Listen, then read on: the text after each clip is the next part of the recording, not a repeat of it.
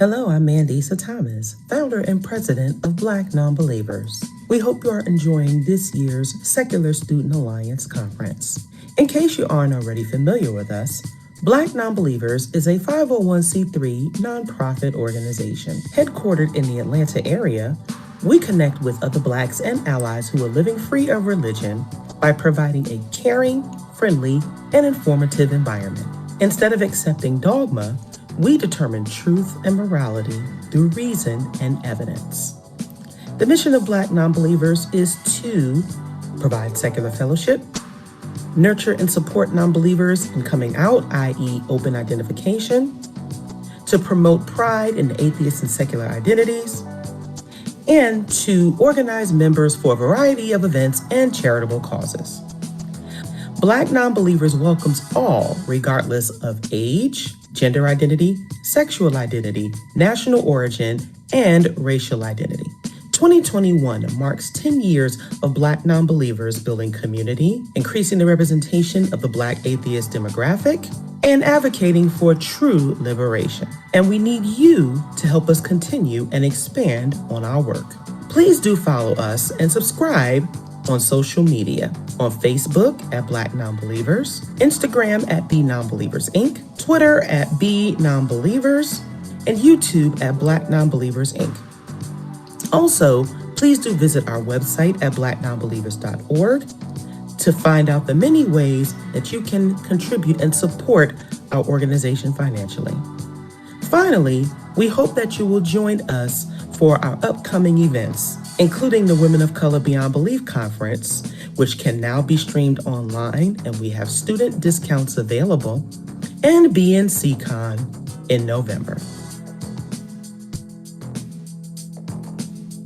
Thank you very much, and continue to enjoy the conference.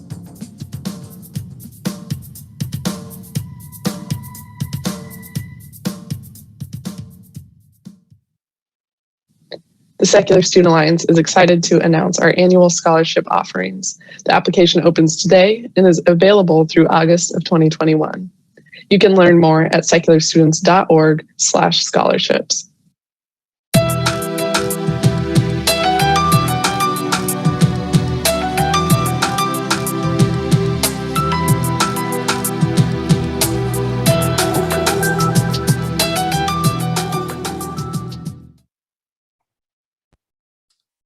Well, welcome everyone. We're glad to have you joining us this morning. My name is Kevin Bowling. I'm the Executive Director of the Secular Student Alliance, and I'm very pleased to have Debbie and Allison with us here today. A couple little housekeeping items. Debbie and Allison will have their presentation, and then we will have a Q&A that follows that. So please feel free to type your questions in the Q&A tab. For those of you on social media, Facebook, Twitter, and YouTube, please feel free to type your questions that you may have in the comments. We do have staff who are monitoring those comments, and they will send those to me so we can get those answered for you today. So without further ado, let me go ahead. So Allison and Debbie are here talking about data and diversity, expanding our understanding of the secular community. Allison is manages American Atheist federal and state advocacy for religious equality and litigation activities to protect the separation from the state. And if you've seen Allison on her meetings, she's absolutely fantastic. And Debbie's the vice president of programs at American Atheist. She has been involved in the secular movement since a college student. We love that. She's also engaged in LGBT activism and civil rights work. So please, Allison and Debbie, it's great to have you joining us here today, and I'm excited to see your presentation. Yeah, thank you so much for inviting us to present here. It's great to be part of the SSA conference. I'm personally sorry that I wasn't able to attend yesterday. I had other meetings on my schedule, and I'm looking forward to seeing the videos from those later. So hello, everyone on the internet. Thanks for having us here. I'll give a very brief introduction and a quick overview of the structure. We want to make sure that we leave a good amount of time at the end for any questions on this topic. So we'll start with, sorry, what? I'll share my screen so you can see the agenda. Oh, cool. There we go. We'll start with some brief background. little bit of an introduction. Then Allison will talk about American Atheist Data Project and how it relates to our advocacy work. Then I'll come back on to focus a little more on how we can be informed by some of those results to foster a better secular community. We should have about 15 or 20 minutes at the end, though that's flexible, to have questions. So make sure that you send those in as you go if you like, or save them to the end, and we'll try to get to as many as we can. So on this topic, I was thinking as I was working on a sneeze is coming. Inconveniently timed. No, it's not there. I was thinking about something that happened relatively recently and how it related to this. And I saw some other things on the schedule from Thursday and Friday, about intersectionality and organizing and building a strong community group. So about, 6 weeks ago, I filled out a survey done by research at the University of Nebraska-Lincoln. She was looking to interview atheist women about the kinds of issues that affect them as women and atheists. And she was actually somewhat inspired by the survey project that Allison will be talking about. We saw something pop up. I was like, I'm gonna fill this out. And at the end it asked if you wanted to potentially do an interview with them. So I was like, yeah, I'll do an interview, sure. So I did that almost a month ago to the date. And I realized during the questions I was asked that it was very hard to separate out exactly when something happened that felt like discrimination or marginalization or stigmatization that only had to do with atheism, or only had to do with being a person of color, or only had to do with being perceived as female and a woman, or perhaps, I was pegged as being very queer and dressing like a lesbian or whatever. It was very hard with some of the questions that I was asked, like, were you ever treated such and so way because you're an atheist, a woman? I was like, well, without race being a factor, because that's a lot harder to answer. And it's interesting to think about the fact that we have not had good data about atheists basically forever.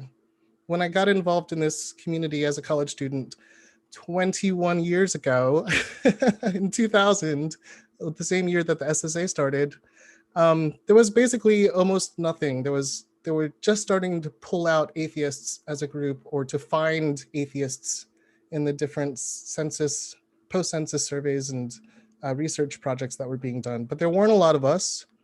And there was just not enough information on them. So it's been interesting to see the developments over the past 20 years, but still the massive shortfalls in information that we have about what atheists experience, atheists and non-religious people, what we care about, and then to do something with that information and to let people know about it. So I'm really excited when I joined American Atheists about 3 years ago to be working with Allison Gill and some other awesome people on the team, and that we've been able to do this massive groundbreaking project and collect some really interesting data, a lot of it that we have been slicing and dicing in different ways to pull out results in different kinds of ways. But I'll let Allison talk about that. So I'll turn that over to you, Allison. Great, thank you so much, Debbie. So I'll start by talking about the need for the data. So as Debbie was saying, there's not a lot of data collection about non-religious people, and that's not just non-religious people, it's all different types of religious groups. They just don't ask about religious beliefs on federal surveys. So that's really important because federal surveys are the primary way that we know about various different issues that affect Americans. Like, for example, there's national health surveys, surveys about education and youth, surveys about the workplace. And without that surveys that sort of can break it down, then we just don't know different facts about our population that are really important for us to know so we can see where the disparities are. And in fact, on religion, there was a law passed in 1978 that prohibits the census from asking any data about religion, to ask any questions about religion. And although it's not prohibited in other types of surveys, it's often just sort of downstream from the census. So because they don't use it as census, there's no tested questions, and there's very, very, very few federal surveys that ask anything about religion. So there's just this dearth of data. So there has been a few really good population surveys by great organizations like PRRI and the Pew Research Center, but those are focused on the population more broadly and like different subsections of the population. For example, Catholic people or religiously unaffiliated people. And so usually I go into some detail to talk about that, but they ask about religiously unaffiliated people, but that's not the same thing as being atheist or non-religious. If you look at the data that they have around unaffiliated people, the majority of them actually are religious in some ways. They might be maybe New Age beliefs, or they might be spiritual, or they might believe in the existence of a God, or say that religion is very important to them in their lives. And so, frankly, we wouldn't consider those people really atheists or non-religious people. So given that, we really felt the need to do a community survey to dive deeper into this population and find out more about ourselves for a variety of reasons. Why is this important? Well, because this data, without this type of data, non-religious people and the issues that we face are invisible. If we can't talk about disparities where they exist, if we can't talk about issues people are facing in their lives, then for many purposes, they just don't exist to lawmakers, to advocates, to others. And all we're left with is sort of anecdotes. And, as atheists and non-religious people tend to care a lot about science, so a lot of you might understand that anecdotes don't make data. Just because we believe something is true or our friend encounters it or something, it does not mean that it's a widespread issue, or maybe we can't see some widespread issues. I'm not going to talk about this here, but actually our research really did find that, like in the majority, well, not the majority, in many places in the country, there's very different experiences between people that live, for example, in more liberal areas like DC, where I live, or New Jersey, where American Atheist is based, versus, for example, Mississippi or Utah, which are much different and more religiously oppressive for non-religious people. So data is really essential for us to understand our community needs, for us to engage in advocacy, to make sure services that exist that both we provide and that the larger society provides are tailored to fit the needs of non-religious people appropriately.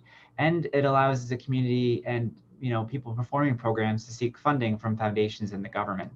So today we're going to be talking mostly about understanding community needs. So I'll dive a little bit deeper into that area. First, I'll tell you a bit more about the survey. We conducted the survey at the end of 2019. It was a community survey online. Community survey means that people take it, they tell their friends, who tell their friends, and there's sort of a widening expanse of people that are taking it. And we had an amazing amount of interest in this survey. We had nearly 34,000 people take the survey. About 10% of them were ages 18 to 24, which we considered youth participants. And I will talk about that more in a moment. Our original goal was 5 to 10K, and we actually blew past that in the first 8 hours of the survey, which is amazing. Which shows, both how important this is to non-religious people and how much they wanted to sort of express their voices and be heard, which I think goes to show that there is a lack of this sort of data collection, and we really need more of it. So the report itself is available at www.secularsurvey.org. And you can see here is the fantastic cover. So at secularsurvey.org. And we also, partnering with Secular Student Alliance, did a report focusing on that subpopulation of 18 to 24-year-olds called the tipping point generation. So it's about 3,400 respondents, which is also a huge number for a survey like this. And so that is a lot of really amazing, interesting data. It's also available at secularsurvey.org.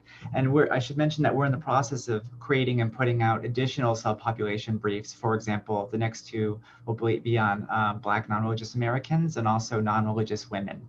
So that will be coming out soon. So, there's a lot of great things I'm talking about the survey. I've been talking about the positive side. There were some, I don't want to say failings, but some things that could be improved about it as well.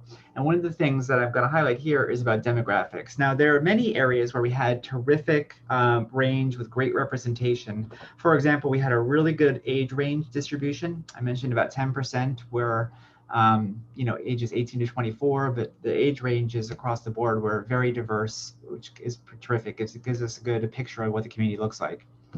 We also had a good distribution across the country with enough people in every state to do a solid assessment of that state, even states with lower populations. We also had terrific LGBTQ representation, with I think about 25% of the sample identifying as LGBTQ in one way or another. However, we'd had terrible in terms of race and sex representation, as you can see some of the data here. And that's for a variety of reasons, which I'll get into in a minute. But compared to the broader population, the number of respondents that were African American or Black was about 1/5 what the broader, if you look at the U.S. population. So it was 2.7%, which is about 1/5 of 13%. And for Hispanic, Latino, and Spanish people, it was about 1/3 of the broader population. And if you, let's see, interestingly though, if you look at biracial or multiracial, we had about twice the population in this country. So that was higher. And for white participants, it was about 16 points or 16% higher than the general population. So that's clearly overrepresented, And you can see the difference in sex as well. It's about 60% male and about 40% female identified. So you can see the differences there. Now, this is I mentioned a convenience sample, which means it is not representative of the full population of non-religious people. It's just representative of the people that took the survey. So this does not necessarily reflect our community more broadly or what it looks like. These factors might have to do with the types of outreach that we did. Maybe we were not reaching certain groups. Maybe certain groups have other impediments which keep them from taking an online survey. We did offer it in Spanish, but there are other impediments as well. And maybe, folks didn't realize it was in Spanish, or there was not enough Spanish language promotion, for example. And also there might be the fact that some of these groups are less represented in non-religious communities. We don't know that for sure. So I can't say that. And anyway, so that's sort of where that is. But it's one of the areas we were hoping to improve upon. But you can see there's definitely an overrepresentation by white men, if that's helpful to think about that. So one of the things we looked at is policy priorities. So we asked participants to identify their top 3 priority issues that they would like to see secular organizations work on. So we asked them both, like, what issues are most important to you generally, and what are the top 3 issues you want secular organizations to work on? And this is the latter chart. So these are the issues that participants felt that secular organizations should prioritize. And you can see the top 3 here.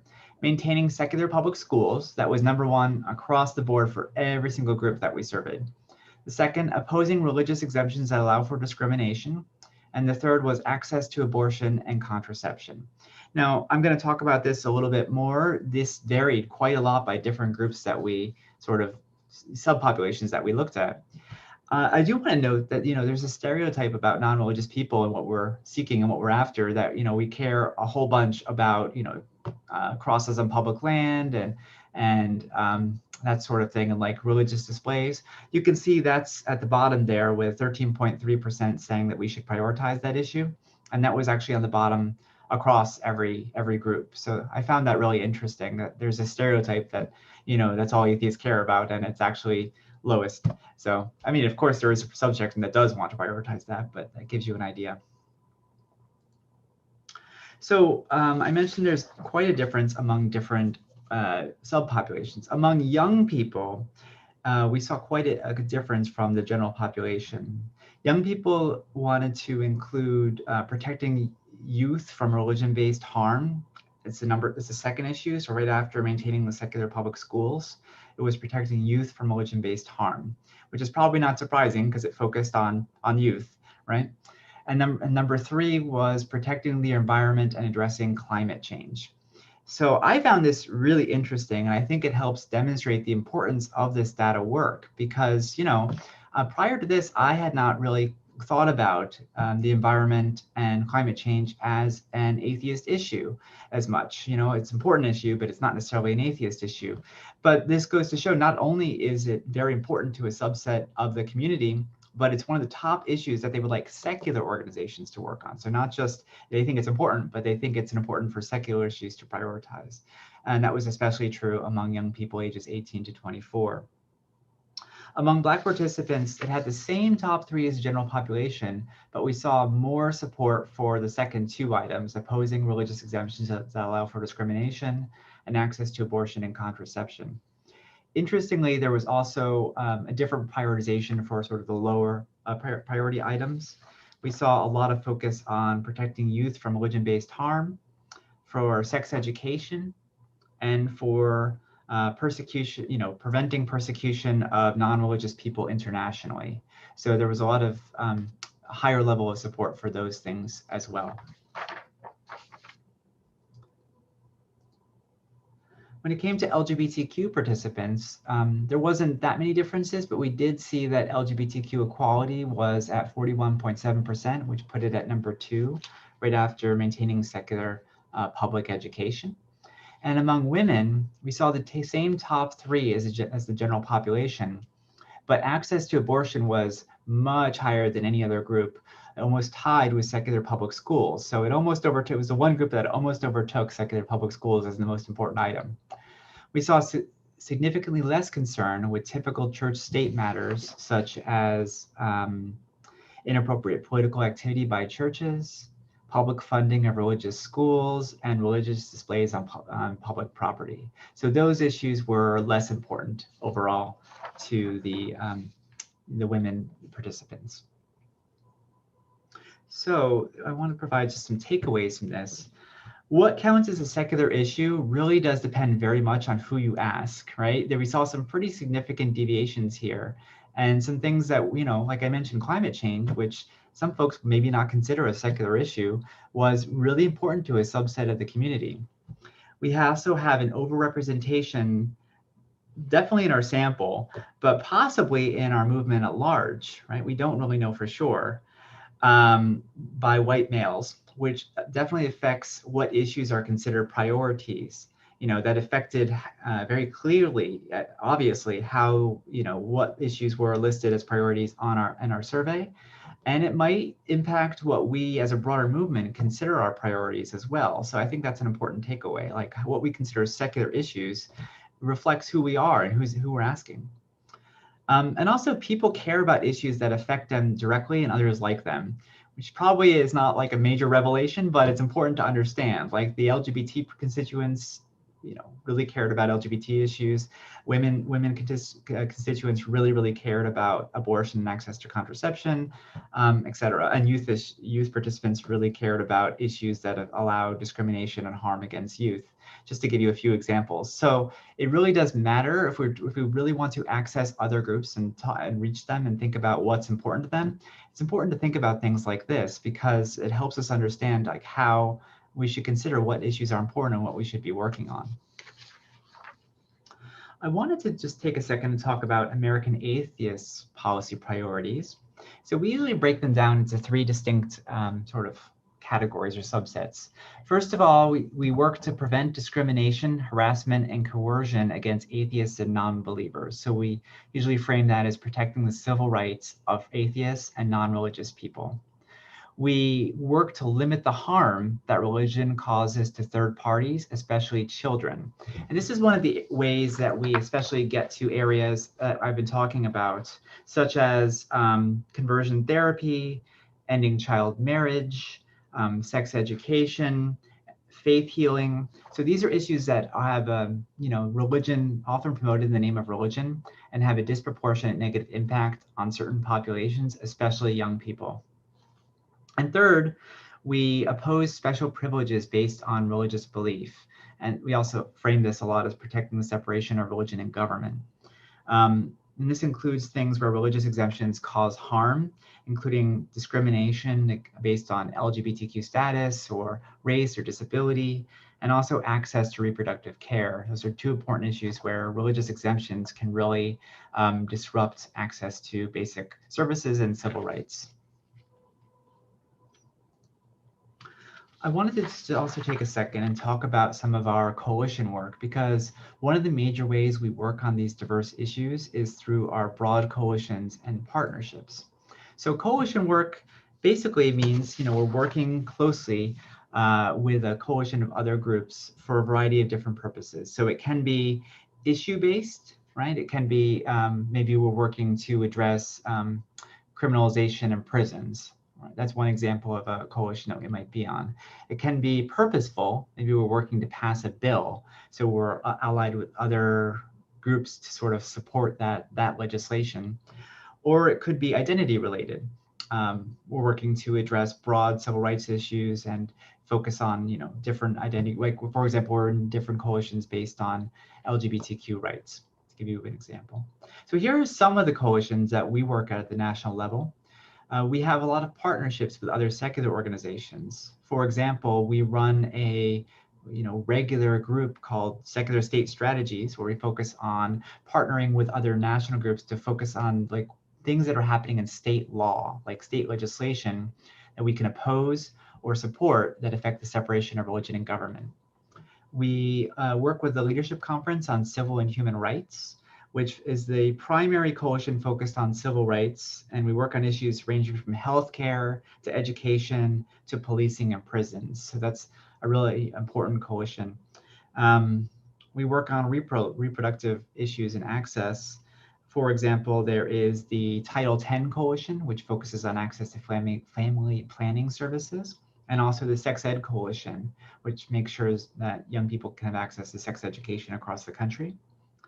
The LGBTQ State Advocacy Coalition, maybe you folks know there's a huge wave of anti-LGBTQ legislation across the country, especially targeting trans youth. And through our work in this coalition, we can help to sort of oppose that work, those negative bills. And the FedWatch Coalition, which we work with other partners to advance policy change at the federal level in administration, through agencies like the Department of Education or Department of Justice. So these are just examples, but they show you how we work in different types of coalition. And we think this is a really important approach for a variety of reasons, not just for us, but we also recommend it to local groups and partners as well. So why is it? What are the benefits here? Well, it allows us to expand the issues we work on. Like American Atheists can't work on everything ourselves, but by partnering in coalition, we're able to sort of let others guide things and join with them to throw our voice behind their work and support them where needed. It also allows us to work on things where we might not have complete expertise. Like we're not experts in everything under the sun, right? So there's some issues like state-church separation and religious equality where we are experts, but we don't know necessarily everything about trans youth in schools, for example. So that might be something that another group needs to take leadership on, and we can support their work as needed. It allows us to engage with new partners. So there's lots of different groups out there that are issues that we might work on. It allows us to sort of expand our influence and learn about different groups and what they're doing so we can understand how to support their efforts. Also, we can see new and different ways where our work is impacted.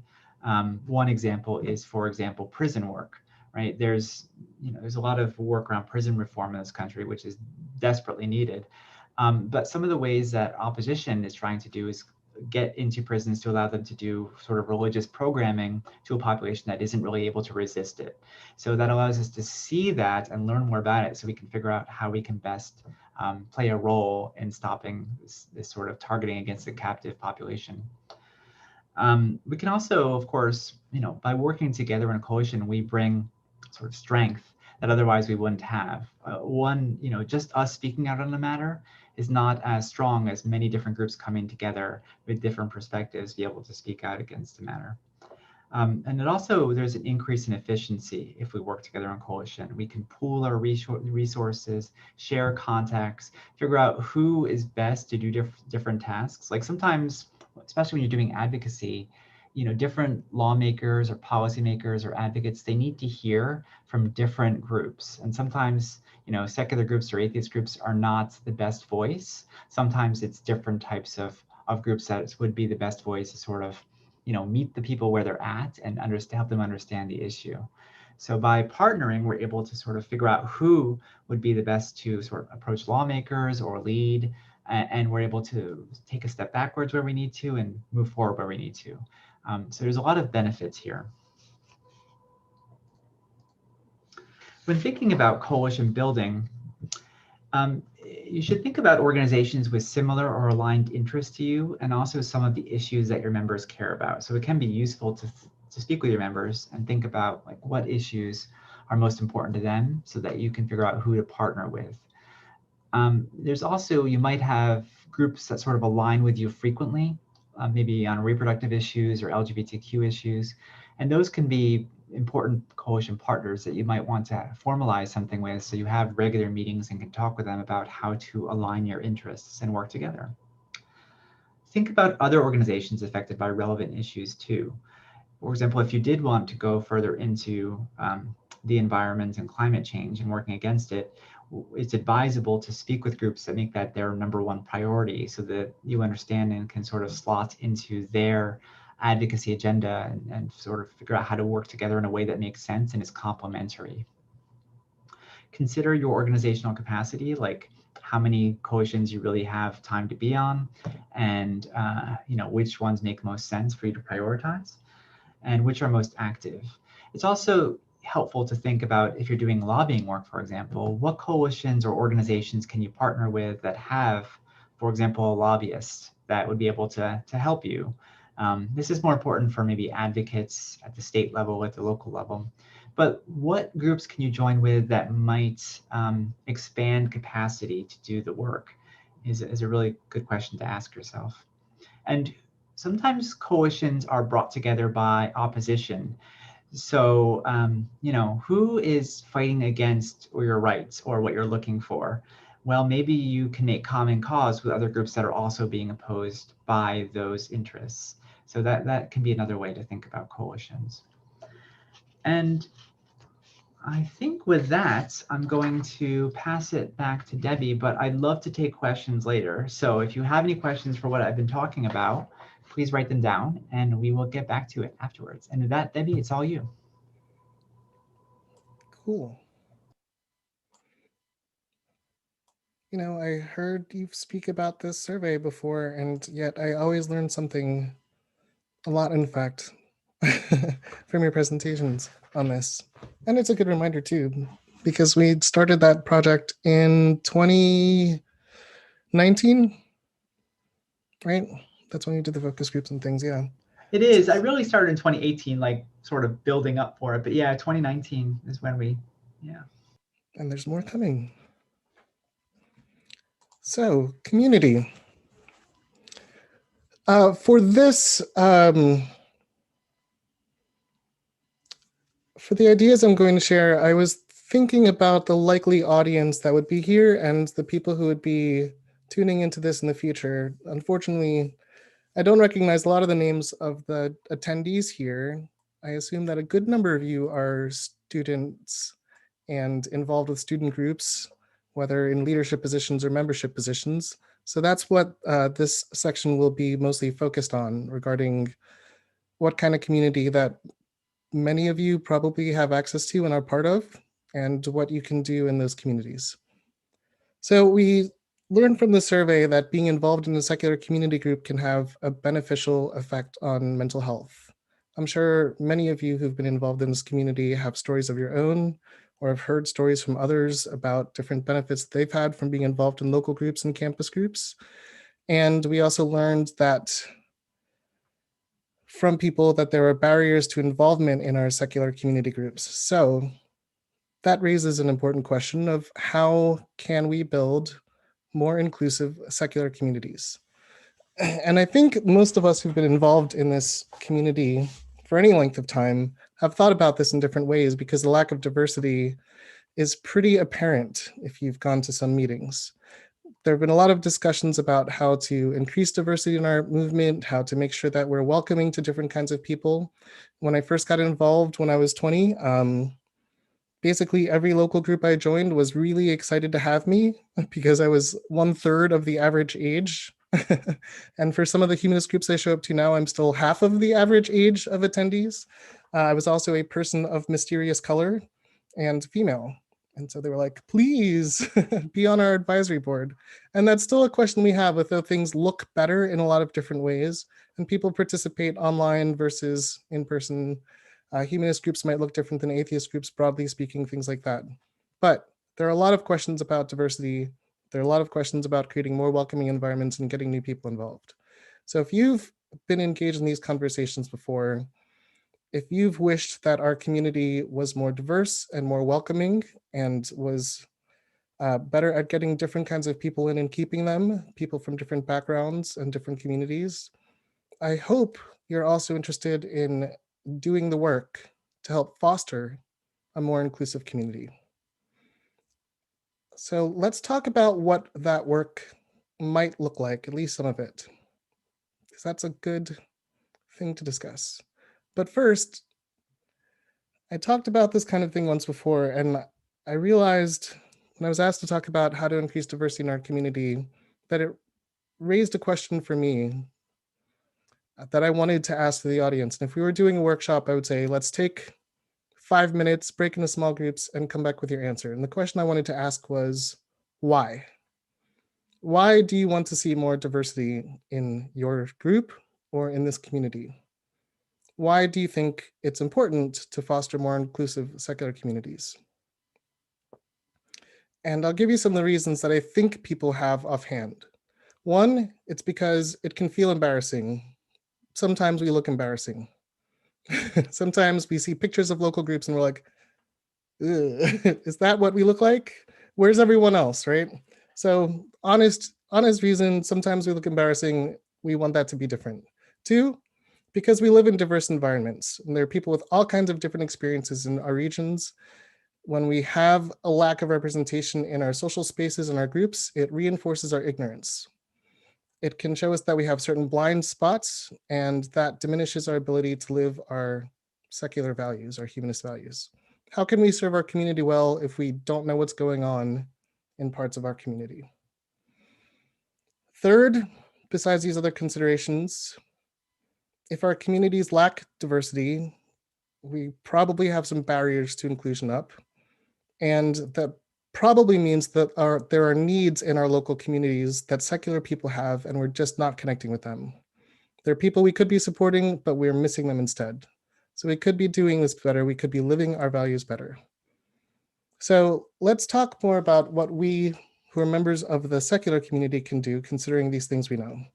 And also let's talk about some actions that you, the audience members, can take, and all of us can take to help make this community more inclusive and better. I'll go through some different ideas and suggestions. This could be a long presentation. It is hopefully not going to be that long of a presentation. This could be a very long discussion, but I wanted to distill things into a few different areas and start with a clarification.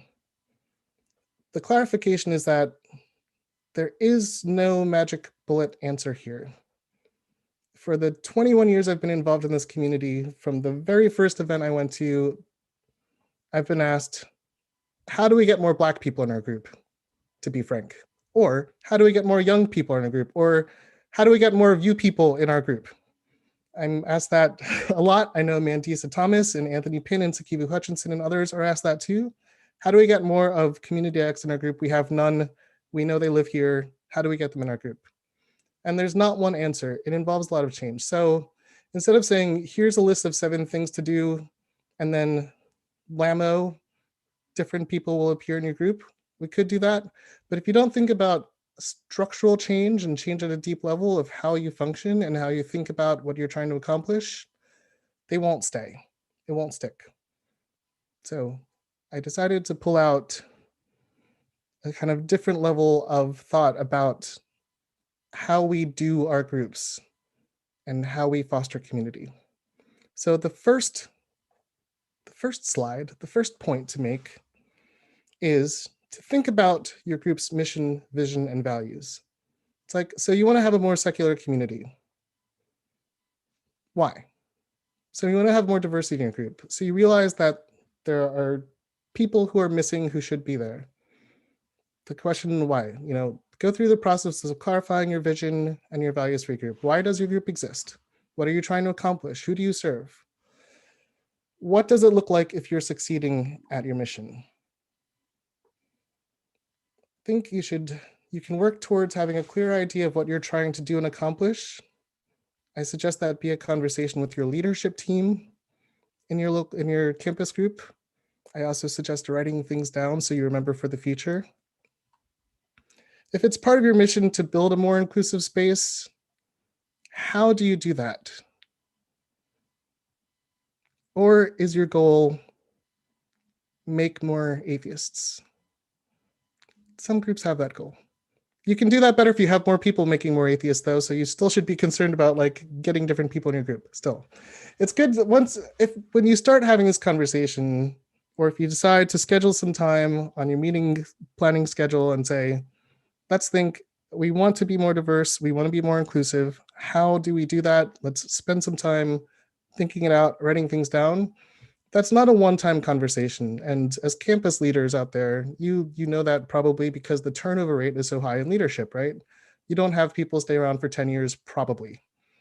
So it's good to touch base with your leadership team regularly to check in on your mission, vision, and values for your group.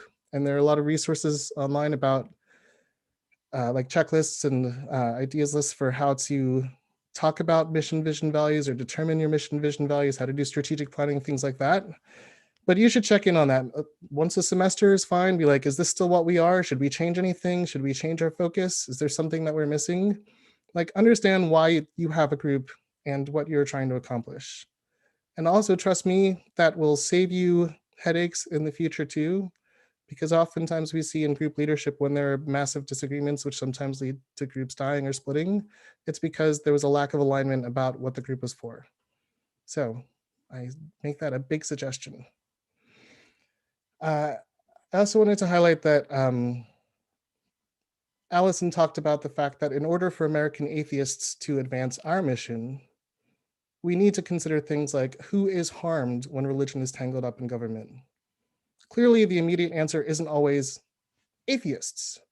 You know, we might work on an adoption policy because a religious agency is able to use federal funds to block Catholics from adopting. And there are some members who might say, well, that's hurting a Catholic family. Why would you care? We're atheists, you know, only care about issues that affect atheists, without seeing that, no, it hurts atheists. It's religion in government harming people, which is what our mission is, not just those two atheists got hurt, right? So we choose issues, and it's part of the way that we think about how we do our mission, knowing that atheists and others are harmed when government and religion aren't separate. So again, that's a big thing. Also, don't just talk about it. If you're serious about building a more inclusive local or a campus group, you have this conversation with your leadership, you should also be ready to commit to taking the steps to do that. Those next steps might be doing more research. Those next steps might be talking to your membership, bringing them along, posting a survey, you know, Googling things. I would recommend getting group members involved in this process. It probably wouldn't be a massive shift from what your group does, but it might change, say, your online comment moderation policy or something like that. So in my organizing philosophy, I lean more towards always creating opportunities for your members to submit input to feel like they're part of the process. So I'd recommend clarifying your vision and your goals along with them. That's step one. Two, I guess these aren't steps. Another idea is code of conduct. Codes of conduct help you achieve your group's goals. Groups are collections of people for some purpose. It's nice when you can lay out expectations ahead of time and say, hey, we have this group for this reason. We think that certain actions are harmful to achieving those goals, and they are not allowed. So, helps you foster the kind of community you want to have. Since we're talking about inclusive communities, I would say this is very important. Also, an online version for your Facebook group and whatnot. You can't be equally welcome to everyone. If you want to welcome people into your group who are going to be sexist, you will lose women and people who are concerned about sexism. So this goes back to your mission and your vision and your values. You should set out expectations that reflect your group's goals and your values. Please. Again, this will save you headaches in the future and help you make a better, more inclusive group that works for local groups, that works for campus groups, and online groups. Another idea, and this is just, again, lifting up something that Allison talked about, is to build partnerships and coalitions. Coalitions are a way to work on issues of interest without thinking that you need to be experts on them or put all of your resources into figuring out how to get engaged in that. An LGBTQ student group on campus is an easy partner for secular campus groups. They'd be like, give us a heads up the next time you're going to do a thing, we'll be there, or let us know if there are things that we can work with you on, we'll volunteer together, things like that. They're also a way to get more other kinds of people to know about your group.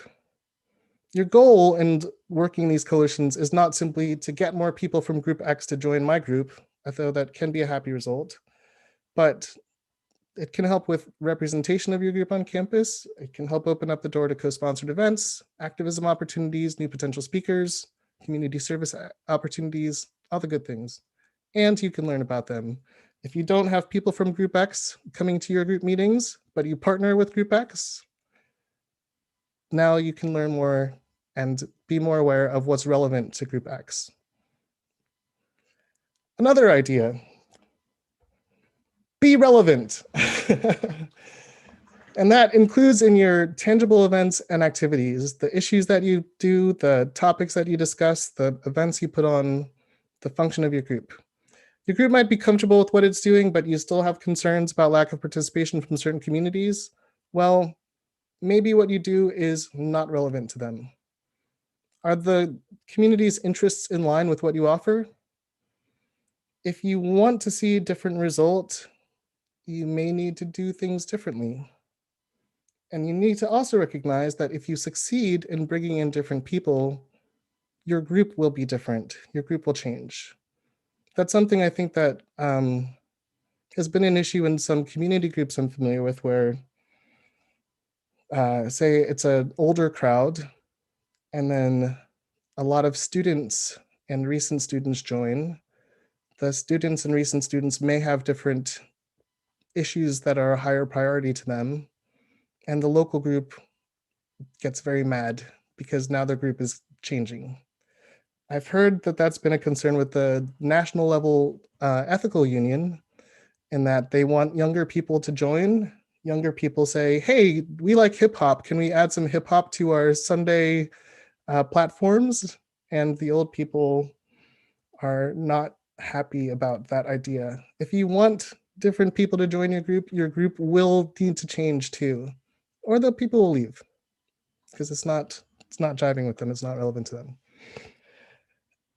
Try to be a well-rounded group too by offering different kinds of activities and opportunities for involvement. In Philadelphia 15 years ago, the groups were what we often see stereotyped as largely overwhelmingly white men, until they started doing service activities. They partnered with a food service organization called Philabundance.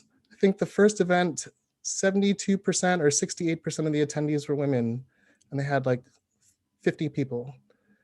The leaders of the groups were like, where did they come from? And the women were like, we didn't want to go to philosophy talks. So we were on your list, but we didn't show up to things. But when you offered the service opportunity, we were very excited about doing something for the community. And I'm not saying like women always like service and men like philosophy talks, but different demographics and different groups are interested in different things. You may have a parents group, you may have, a Bible study group for Bible study people. At American Atheists, we highlight the 4 major functions of community groups in our ACES program, ACES, and that stands for activism, community, education, and service. At SSA, the same thing was promoted. It was called CASE. Different order, same letters. But the point is different activities appeal to different people. So if you want to be welcoming to more people and offer things that are interesting to more people, make sure you're offering different kinds of activities, not just philosophy chats, not just online discussion. Do you have service? Do you have social events? These are different things that you could add. Activism opportunities, they'll attract different people. Another idea, and this could be a big one, but I'm not gonna make it big. Recognize that people have different backgrounds, concerns, and needs. That sounds obvious, but it's very difficult for some of us. In my experience, and this is not entirely a complaint, there are people who are most familiar with the online atheist community who think that atheists come from a similar background of growing up in an area surrounded by evangelical Christians. And so they would be very interested in arguing about how Matthew 25:16 says one thing and not the other thing, or whatever it might be. I was like, I grew up in the Northeast with the Catholic Jewish background. Catholics don't read the Bible. I also don't think it's like absolutely true in every way. This stuff just, I'm not interested in plugging into them. They're like, what? But you work at American Atheists. Yeah. And guess what? We don't talk about the Bible at American Atheists much either. A surprise. Sorry. So like different people, ex-Mormons in Utah have some set of interests and needs, and they might want to have an ex-Mormon group. Ex-Muslim, certainly that's the case. Black atheists in different areas might say, like, there are things that we want to talk about with other Black atheists because they'll be understanding and we won't have to explain ourselves. But not only that, in the survey, we're seeing some other interesting data coming out about, again, youth, older people. We're looking into rural versus urban and suburban, which there's a lot to do there. But I wanted to give one example here that I think is telling, and it'll be probably my last story example. A few years ago, I worked closely with Killian Bowen, who was on the Secular Student Alliance board as well for a few years. Killian was my intern. And Killian ran the SSA group at Morehead State University in Kentucky. I remember them talking about some of the members of their group, like more than two, being kicked out of their homes while they were in college or just before college by their parents because their parents found out that they were queer and or an atheist. And so other members of the group put them up, gave them a couch to stay on, or like had an extra bedroom that they could live on, or basically the family supporting that person, but it was coordinated through this SSA chapter. And I was like, well, damn. My group outside of Philadelphia looked nothing like that. We were basically a philosophy discussion club, That was not a need that we had. So different people have different needs. For some, it might be social support. For young people in some areas of the country, there's a lot more with this kind of the support that Killian and the Morehead State University group was able to provide. Lubbock, Texas doesn't look like New York City. And that should be obvious, but I think we could do a better job of respecting the fact that people in our community come from different backgrounds, have different interests and different needs. I messaged Killian earlier today to see if I could share the story and if I had the details right. And Killian was like, yes, please do. And I quote, "It's definitely very important for mental health to have these groups, crucial even." And from their experience, I think this is absolutely important. I have a couple more I'll mention quickly. And I think that's why I mashed them on one slide. No, I mashed a bunch of things. Recognize that organizing is a skill. This took me a bizarrely long time to figure out because it's not something you study in college. No one shows up at a career day fair like, I'm an organizer. Come to my booth, I'll tell you how it works, right? And so I don't think, particularly for newer people who are getting involved in activism and organizing, that there's a recognition or appreciation for the skill of organizing. And like other skills like management and leadership, you can work to get better at it. There are resources, there are books, there are people who have more experience who can mentor. There are organizations like Secular Student Alliance and American Atheists. And if you would like information on something or you're stuck or you don't know how to move forward on a thing, you can reach out to us and we'll happily have an hour phone call or a Google Hangouts call with you or a leadership team to talk it through with you. because we have experience and have worked with a lot of different groups and have been able to absorb the wisdom, but recognize that it's something that you can work at and get better at, and that you probably aren't going to start out being good at. We can all improve in different ways, but see yourselves as organizers. And feel free to contact our field teams for assistance. And speaking of that, another idea is make sure you're connected with national organizations and, for the campus leaders out there, with community groups. Again, we talked about the fact that there isn't always alignment about the issues that you want to prioritize and the ways that you function. You might want to have drinking events 8 p.m. on a Friday. They might want to have lectures 10 a.m. on a Sunday, things like that. But if you can at least connect with them, have a relationship with them, you're representing your interests. You're educating them. They're educating you too. And they might have some experience and things that will be very helpful to you. Same thing with national organizations. I like to suggest that everyone subscribe to all the lists and find out at least the information and share with your members. You can learn about different opportunities that fit your interests. You can learn about volunteer opportunities and internships, and you can get ideas for different things that your group could do. Also, if you don't like what they're doing and you subscribe to the list, you can always let them know. We see your emails, even if we don't respond. Sometimes there are a lot of them, but you can always be like, hey, this thing you did, here's why you're wrong. They come in. So if you think that they are misguided or could use a push in a good direction, or you have interests like, why aren't you doing climate change? You can always send that email to them. And lastly, if you're serious about this, if you're serious about building a more inclusive and welcoming secular community, both, at your campus, in your region, at the national level, on the internet, like, be serious about this. If you're thinking of your campus group and your school community, spend time with your leadership team or make a leadership team to go over your mission, your goals. What are you trying to accomplish? What values are guiding you?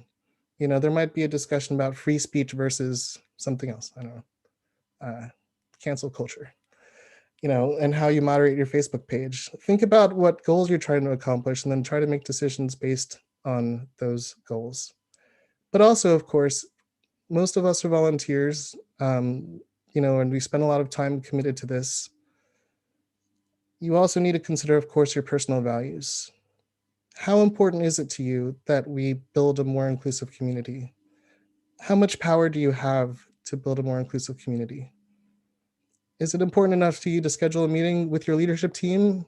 Is it important enough to research further or make an action plan and move forward on it? Or is this always just going to be in the wouldn't it be nice category? And so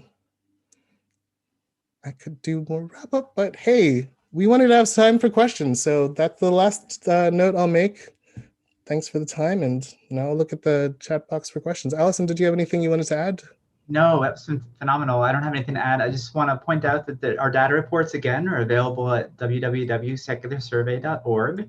And you can see on the screen Debbie and my email address. If you please reach out if you need help with anything or if you have any questions or want to follow up. And we can take some questions, Kevin. Great. Thank you very much for that presentation. I think, like Debbie, every time I hear a presentation on the survey, I always learn new things, and so I was like writing down I did write down little facts or little things that I was like, okay, I need to remember that for the future. Yeah, we actually did. There's a whole presentation on the survey that's actually much more in depth on the actual thing. This was just, I tried to pull out some stuff specifically on this topic, stuff that we haven't actually presented yet. So some of that is from the new briefs that we're going to be creating. So it's exclusive data. Anyway. No, it's great. Yeah, and so the reports are available, and I did put the link to the survey in the chat so people can easily access that. A couple of questions for Allison, and then we'll sort of pivot back to Debbie. There was Chevy sort of is sort of a comment, and I think there was the over representation of white males, and that's which not as necessarily a problem, but then as a result, then that leads to less or the oppression of women and minorities. And Sevi sort of asks, do you think that women and minorities of all stripes are a little bit more hesitant to identify as non-believers? So afraid of repercussions and suffering consequences and those sorts of things. Yes, I do. And that they're going to actually show the stats on that in the new reports that we're creating. But we did ask what sort of labels people identify with, and there are certainly differences between those populations. Like less people identify as atheists, they might identify as secular or non-believers. Non-believers, especially popular, for example, among the Black participants, just to give you an example. So I don't have all those stats on me, but yes, we did see differences in how people identify. So calling yourself an atheist group might pull in certain groups. Calling yourself secular might pull in different groups. It does matter. I do think the difference is most people identify to at least some extent as atheists if they are non-religious. So I think these differences are able to be overcome, especially through outreach and coalition work and community building. But it is important to know how you come off initially, because people have certain assumptions when you hear certain words, right? So anyway, that's to give you an idea. No, yeah, and there's a lot of interesting things behind that one. And I was to say, for Secular Student Alliance, our own survey work, we've been finding that more women and more people of color are coming into membership and leadership, which, not to say that we are done with our work by any stretch of the imagination, but we're happy to see that things that our chapters are doing and the outreach that we're doing is speaking to a larger population and becoming more representative of the population that we're working with. So we still have a lot to work to do. Our chapters are still doing work, but that's all good things. We had a couple questions for one important thing, I want to just note too is, when you look at the youth data, like it's much more, for a survey, it's much more diverse than the full data. So the people that are older. So 18 to 24, we had more people of color, we had more women. It's much more diverse.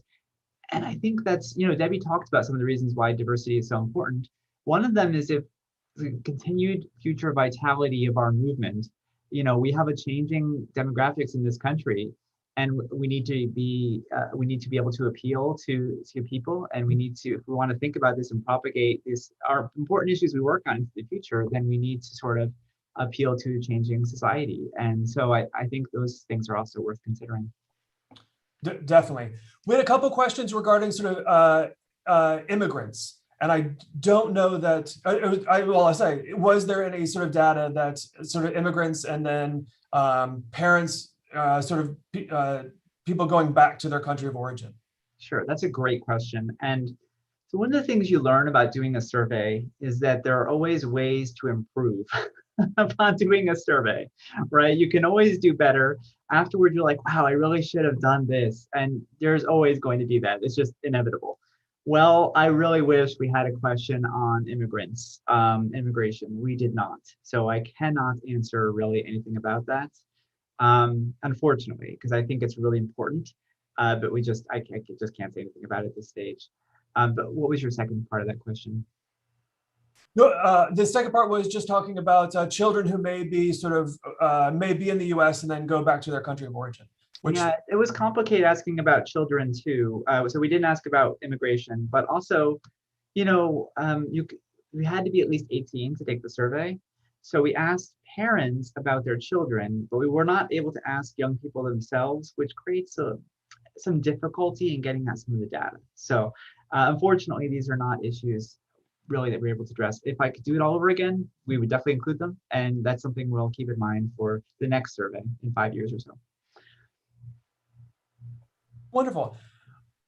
Debbie, Ruth was asking and I think this goes along with the survey results as well, but for the Black or African American community, isn't there really a greater stigma against non-belief and then somewhat of a larger need for being in group with like-minded or like people? Yes and yes, but actually Ellison is working on a relevant report and has better information from the data side Though I have a lot of information from the experience side. Like the ages were different, right? The Black respondents to the survey were younger. They were younger. They tend to yeah. be atheists for a shorter length of time, and they definitely experience higher rates of discrimination and even like physical abuse. I forget the term that was. There were much higher rates of criminalization, like I'm sorry, like not criminalization, physical like assault because of their atheist identity. There was not much difference in discrimination because of their atheist identity, but like I thought you made a really good point earlier, Debbie, where you talked about how when people experience discrimination, they don't always know why they're just experiencing the discrimination, right? And so, you know, people might not always associate discrimination with being an atheist versus being Black versus being a woman. You know what I mean? It's a little bit hard to disentangle that sometimes. We did find increased levels of stigmatization of different, you know, especially Black participants. And we also found higher levels of concealment, especially among family, for example. So that's a really big deal too. So people tend to conceal their identity more, which also has a lot of mental health implications. Interestingly, though, we also saw that the Black participants were more likely to be part of local groups, which is really great, like a much higher rate than the average participant. I think it was like 26% versus something like 18%. So it's 1.5 times as much. And it also had a really positive benefit for mental health. So being part of that sort of larger community is really impactful. Great. And Marty was asking a question to Debbie. He says, as a humanist chaplain in the university setting, the SSA group invited religious students to their meetings.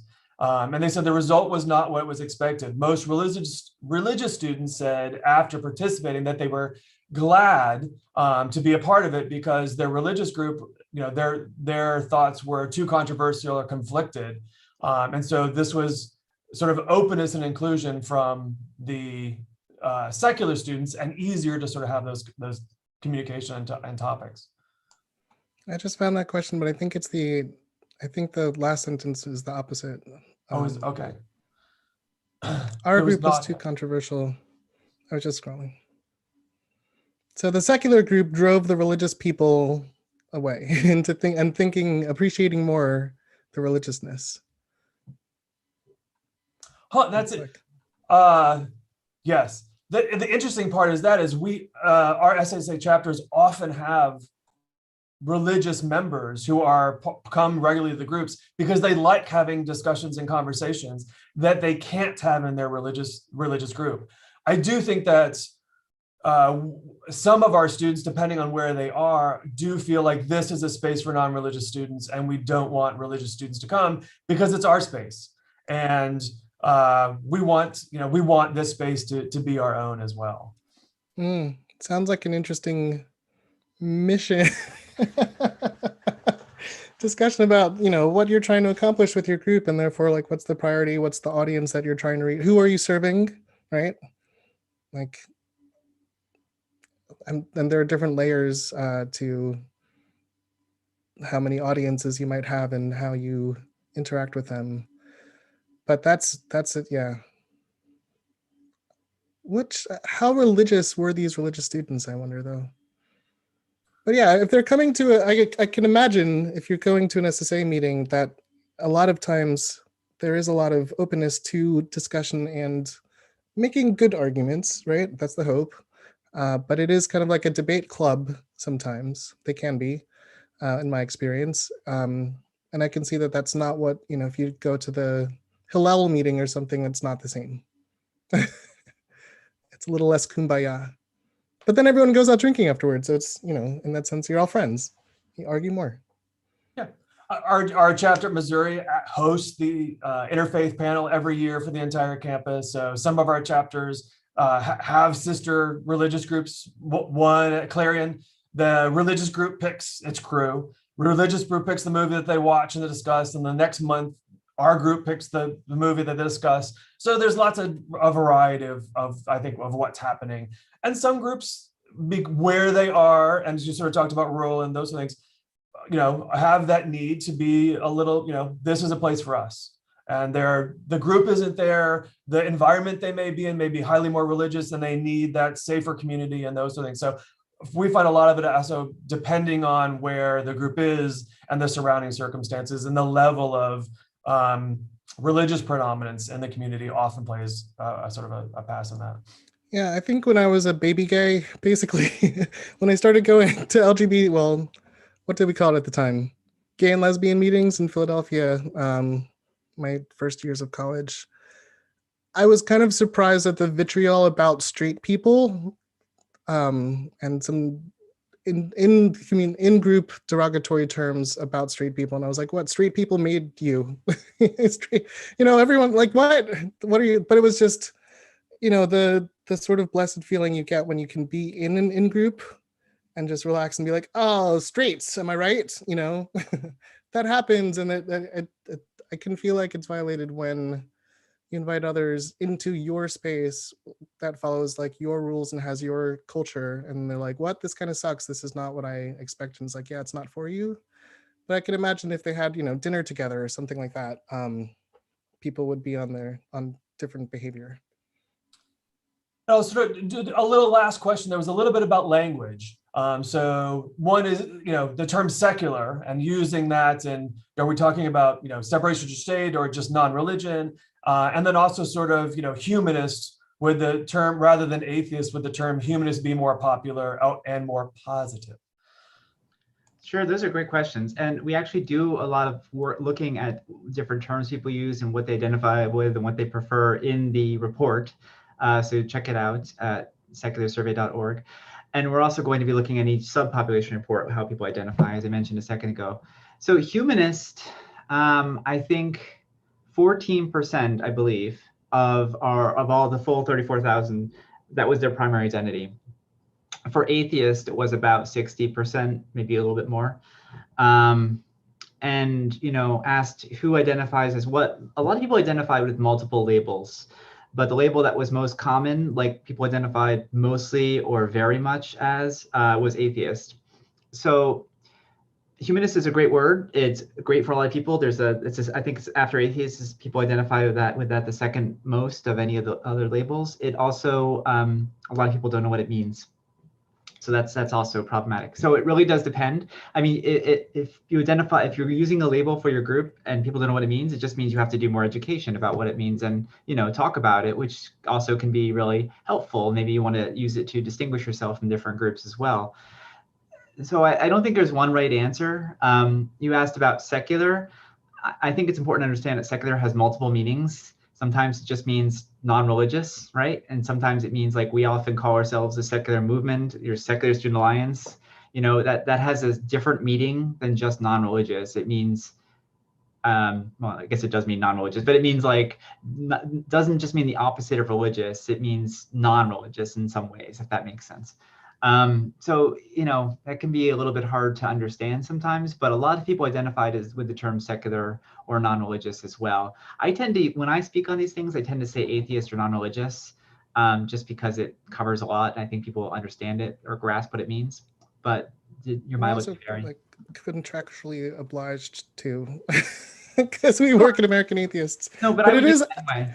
It is part of our strategy, and this may need to change, but what you're saying is, because the term is stigmatized, shouldn't we use a different term that's not stigmatized, that's not as well known, but hey, it's also not stigmatized, maybe brights. I hear that's on the market still, kind of, right? And so part of American Atheist mission is to destigmatize the term atheist. So yeah, we could say, yeah, we're calling everything humanist now, but then people who are calling themselves atheists are still going to be seen as, baby eating devil worshippers or whatever with no morals. And we want to change that. How do we change that? We get more people. In fact, I had that on my previous version of a list of things of what can you do as an individual? Actually, try to identify as an atheist in more instances. That helps destigmatize the term. Oh, I'm an atheist. I'm not religious. So that's my recommendation. But yeah, it does. If we had more people representing that, we could shift faster how people think about that term. We do that by using it. sometimes it doesn't make sense to. I've been hesitant to use it sometimes. And when I was applying for apartments in New Jersey with this job at American Atheists, I had to write American Atheist as my employer. And I was kind of like, whoa, I don't know. I really want an apartment though, but is this going to read weird? And Allison and others were like, no, it's New Jersey. Who cares? So yeah, and I think we use the term secular as an inclusive umbrella because we know that students are identifying in multiple ways. And I think the survey data shows that the majority of students have a single identifier, choose atheist, but that really for most younger people, they're using 3 or 4 different identifiers. And we just don't find that in the non-religious community, with the LGBT community, with issues of race. And those are things that the community, the younger people, are just very different in that sort of manner. And I will think one of the things that we tell our students that when I speak with local groups, they say, if you want new people, you have to do something different. Change is important. And you both have echoed those comments as well. And if you're not willing to change, you're not going to get new people. And that's okay. Like if you're happy with where you are, okay. But if you say you want new people, that does require change, and it requires your group to put in the work. So yeah, and we can use data to help us make informed decisions and to guide us in some directions, but the really is you've got to do the work. I want to thank both of you for participating today. I really appreciate it. Personally, I love the both of you. I love working with American Atheists, so thank you very much. I'm going to wrap things up because we have our next session to get ready for. So much, with Liz and Rebecca from FMRF. So thank you very much, guys. I appreciate it. Thank you, everyone. Thanks for the great questions. Yeah.